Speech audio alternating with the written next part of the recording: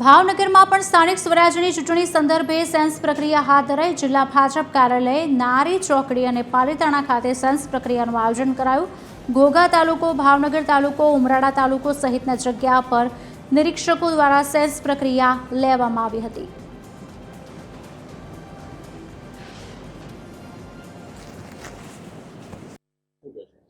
સ્થાનિક સ્વરાજ્યની ચૂંટણીને લઈ અને પ્રદેશમાંથી ભારતીય જનતા પાર્ટીના વરિષ્ઠ આગેવાનોને નિરીક્ષક તરીકે ભાવનગર જિલ્લા ખાતે મોકલવામાં આવ્યા છે। બે જગ્યાએ સેન્સ પ્રક્રિયા સાંભળવાના સ્થળ નક્કી કરવામાં આવ્યા છે। એક ભાવકમલમ ભાવનગર અને બીજું પાલીતાણા ખાતે। ભાવનગર જિલ્લા પંચાયતની 40 સીટો, 10 તાલુકા પંચાયતો, 3 નગરપાલિકાઓના ઉમેદવારોને સાંભળવા માટે તારીખ 1 અને 2 2 દિવસ સેન્સ પ્રક્રિયા ચાલવાની છે।